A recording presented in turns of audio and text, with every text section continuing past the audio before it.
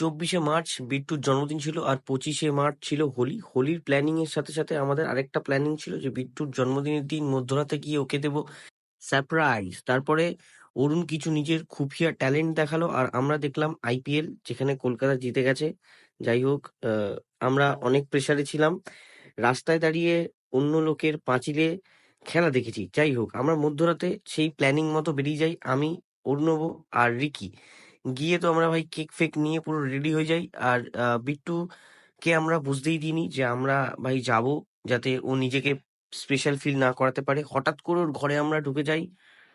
আমাদের সাথে ছিল ওই বাড়ির খুফিয়া এজেন্ট, বড় ভাই, যার সাহায্যে আমরা ওই বাড়িতে ঢুকে যাই। আর ও হঠাৎ করে খুশি হয়ে যায়।